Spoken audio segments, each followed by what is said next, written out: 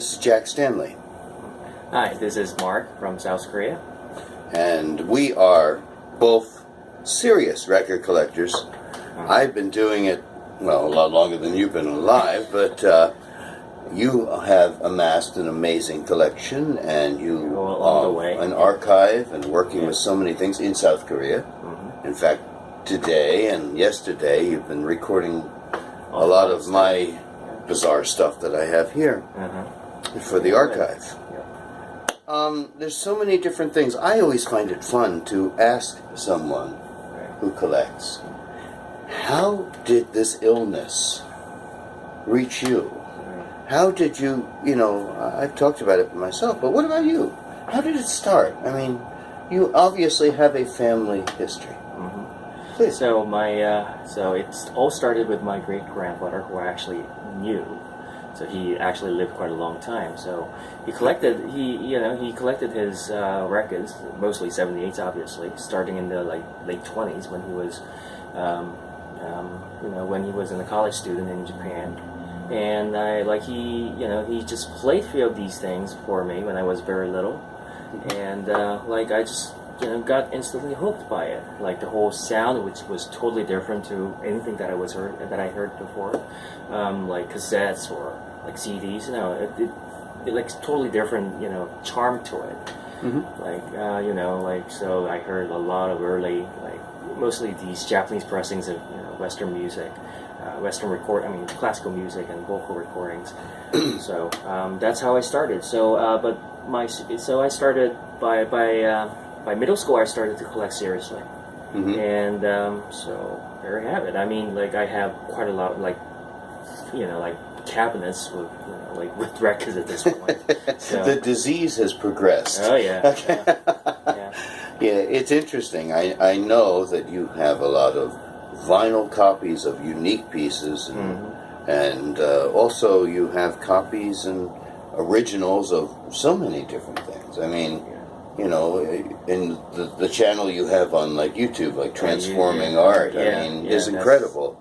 And you do stuff on Facebook, and you've actually dragged, I have to admit this, I have been dragged into the 21st century.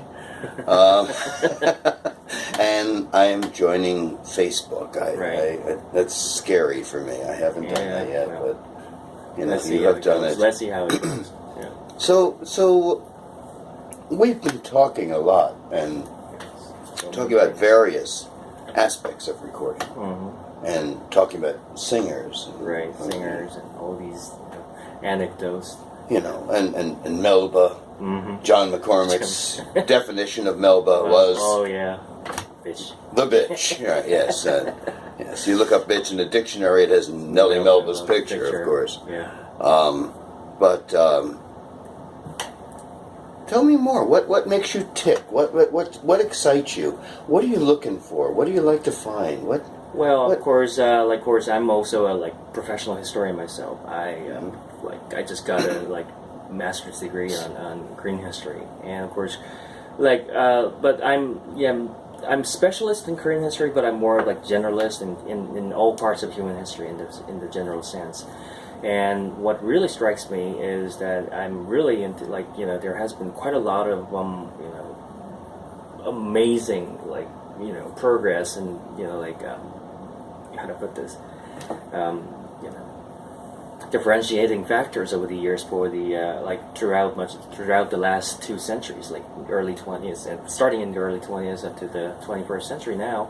And one of the striking things about these things is that you can actually hear and listen to some of these recordings, early recordings, and instantly recognize the changes, the amount of changes.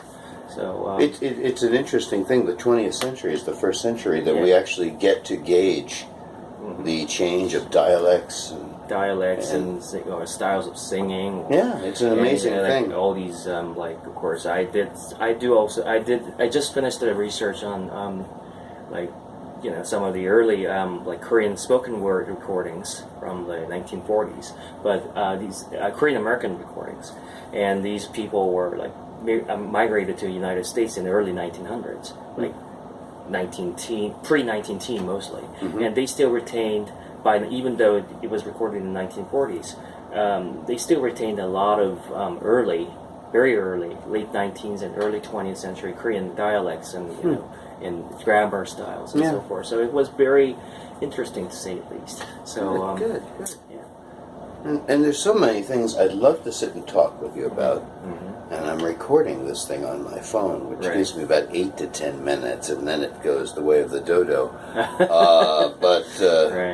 There's, we have discussed so many different things. Caruso, we've talked. What do you find so wonderful about Caruso? Because he's, he sings, well. Just the very fact of it. I mean, it's just like, I wouldn't call him as the greatest tenor in the world because there's no such thing. I mean, he might be one of the greatest, but there's no such thing as the top. But he sounds so great on period instruments and everything. And he's one of the few singers who hardly made bad records. Of course, there are some lemons, but my eyes have. What was that? Or For You Alone, Well, that's passable. But what was that one? Your Eyes Have Told Me What I Did Not Know, and what that was. It should have been Don't Make This Record, right? But nevertheless, he basically as John Bolig, the Caruso discographer, once said. Caruso could sing roar like a lion and purr like a kitten. Yeah. So he could basically do anything. And he was not reluctant to present his full power every time he made recordings. He was generous. He was so generous. Yeah, generous with his voice. Yeah. So that's what makes me quite into his voice. We've been recording a number of things. Actually, we've been going through some of my stuff, and it's probably easier for you to describe my stuff than me describe my stuff, because I look at it and I say it's stuff, but you say you have Jack has an awful lot of very early, very desirable, let's put it this way, very desirable copies of very early Caruso's, and not just Caruso's, but basically just the very early pre-1910, let's put it this way, of very nice copies. They are not mint, but most of them are not, but there are actually no quite such thing as a mint record anymore. Quite, but they are quite in nice conditions considering their age, and they play beautifully, and of course they are mostly first editions, not the repressings that many people would ever have. So and you get the best results out of them. So, and you've done some great stuff. I was amazed. We have that wonderful recording from Bell Labs in 1924. It's electric. And he took it and he made it sound like it was just made yesterday. Well, it's pretty incredible. Yeah, it's the source material was quite good to begin with, but of course, I have means and softwares and experience to work on these things, and that's what I do for doing my research. I'm doing the archive, so like Norman, who I talked to on here a while ago. Yeah. I get to see you maybe once or twice every few years, right? And we talk, and so it's nice to sit there and share a little bit stuff here.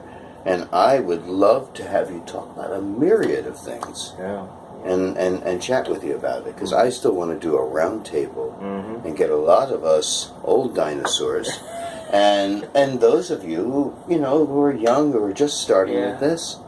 And I hate to remind you, but I'm still in my 20s, so. I have shoes older than you. Okay,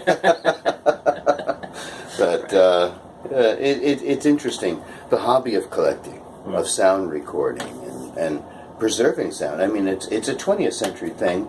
I don't know how the 21st century is going to handle it. Right. It's going to be a very different animal. But it's fortunate that we can actually listen to another time. Right. And nobody else has had that chance. Yeah, before anyway. When they were writing, famous historic documents, they couldn't go back and listen. Yeah. They could read it. Yeah. But there's a difference. When I read something, I don't get the emotion. Right. When I hear it, I do. So, any last words? Well, it was a pleasure, visiting you here today, and yeah, hopefully I can do it not soon. Well, come back again. We'll tear stuff apart and make some more recordings. Yeah, hopefully. And we have so much to go through. And we found stuff that I didn't even know I had. That's kind of fun. Yeah. And it's fun. It's always an interesting thing as a collector. And you'll find this too. That you have things and you love them. Right. But sometimes you don't appreciate them as much as you should. And when new eyes look upon them, right, they take on a whole new perspective. Exactly. And I think that's an important thing. It Thank you for that. Thank you. All right? So peace. Thank you. Thank you. And I have to hit this thing. Right. Bye. Bye.